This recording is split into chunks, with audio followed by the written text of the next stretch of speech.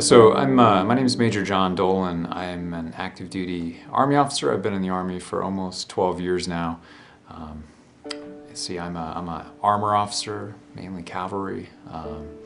And you know, I've noticed in the last 3-4 years, I've really grown in my faith over, like, I guess in the last 3 years. I feel like I've really moved the chains quite a bit in my faith. And I'm less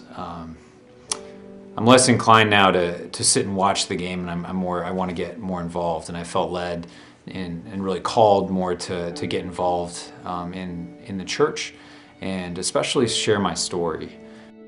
So I'm wounded. I get flown to the hospital.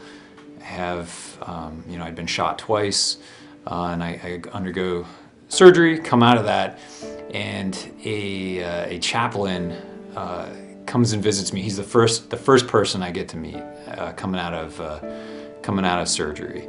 And this is probably, I don't know, I'd probably been wounded like 4 hours before this, or 3 hours before this. And he just sits with me in this hospital room in the middle of Baghdad.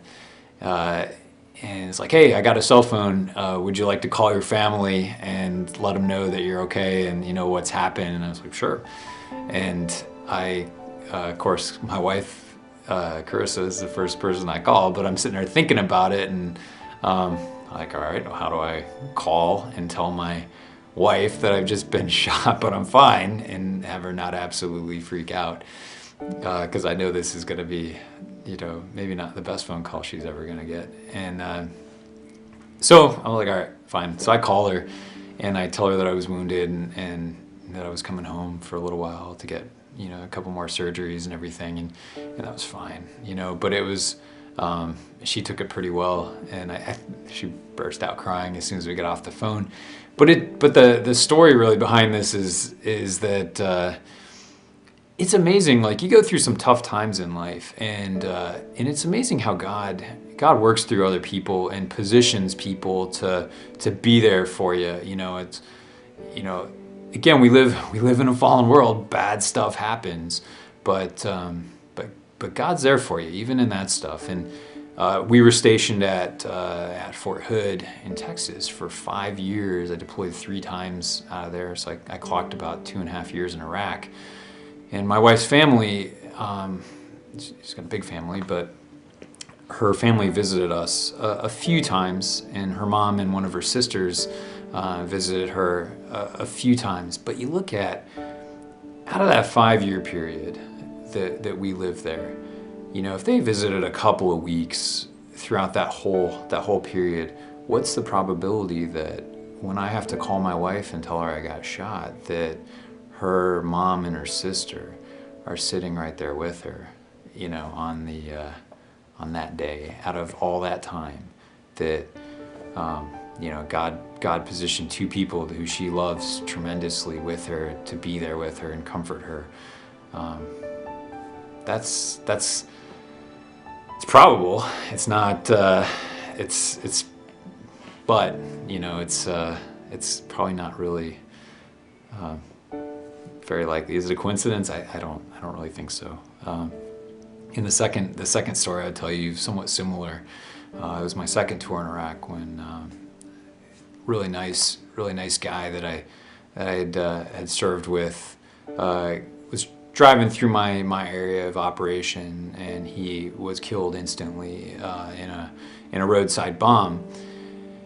And my guys were there to help and to recover him and just lend aid. And it was in my area, so I feel a degree of responsibility there.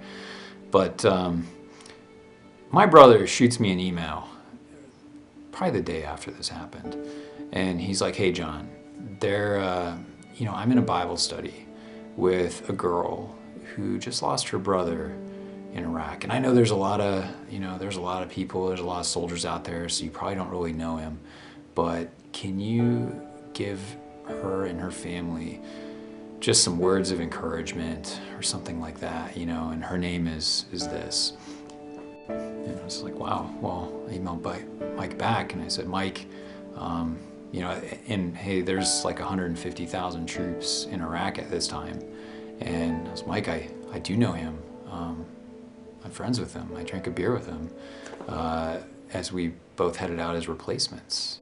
Again, you ask yourself, what is the probability that out of 320 million people in our country, that my brother and his sister are friends in the same Bible study in Virginia Beach, and didn't know that, you know, all they knew is that both their brothers served, but that God could, out of all those people, put them together and then put their brothers together, you know, in theater, and just use that as an opportunity.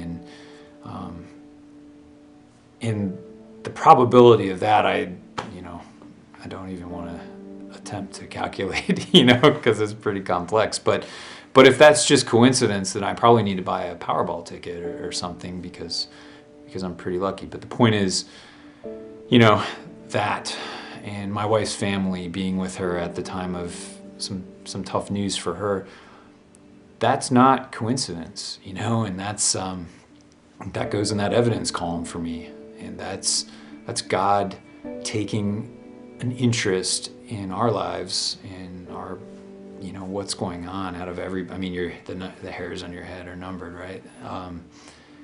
That's amazing. And so again, I look back at anytime I'm doubting or questioning, hey, does God exist? I look back at that and I say those experiences, they are not coincidence.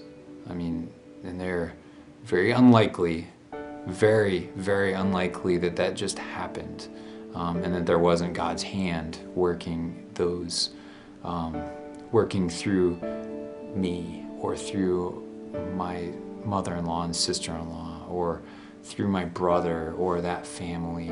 We don't always understand what his purpose is, you know. That's how can we really?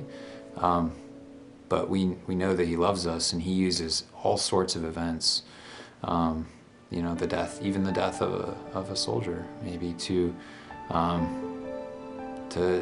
use that for his glory, and you know, to spread his word, and you know, and I think that's what this story at least represents to me.